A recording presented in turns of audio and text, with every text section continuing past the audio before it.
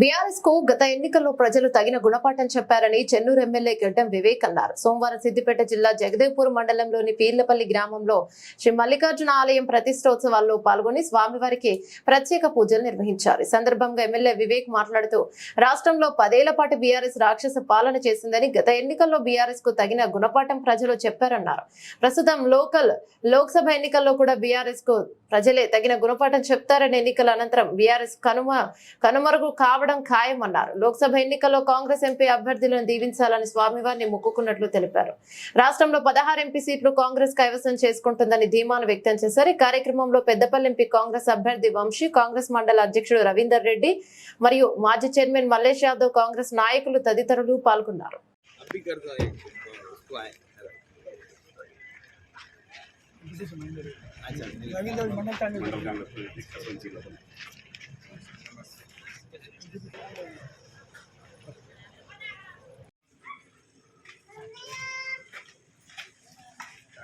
నరేష్ వెనక హలో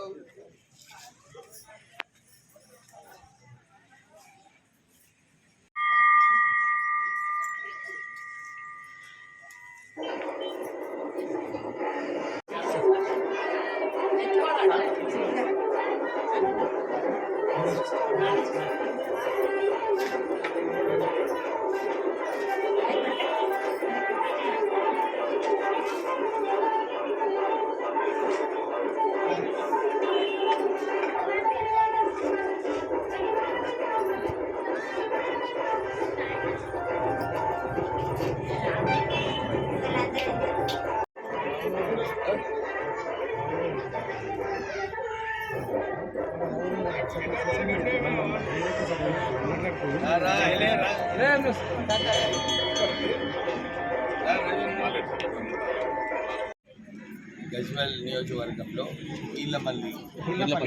పీర్లపల్లి గ్రామంలో యాదవ్ సంఘం తరఫున మల్లికార్జున ఆలయం కట్టించడం, అందరు యాదవులు కాంట్రిబ్యూట్ చేసుకొని ఒక చక్కటి ఆలయం కట్టించారు. ఈరోజు దేవుణ్ణి మొక్కి వచ్చే ఎన్నికలలో ఈ రాక్షస పాలన ఏదైతే టీఆర్ఎస్ని ఓడించిందో ప్రజలు, మళ్ళొక్కసారి వారికి సరైన గుణపాఠం నేర్పించింది. పెద్ద ఎత్తున కాంగ్రెస్ అభ్యర్థులను గెలిపించి 16 సీట్లు గెలవాలని చెప్పి ఆలయంలో మొక్కడం జరిగింది. ప్రత్యేకంగా ఈ ఆలయ కమిటీ సభ్యులందరికీ కూడా కనకయ్య, ఐలయ్య, వీరేశం వాళ్ళందరికీ కూడా అభినందనలు చెప్పాలి.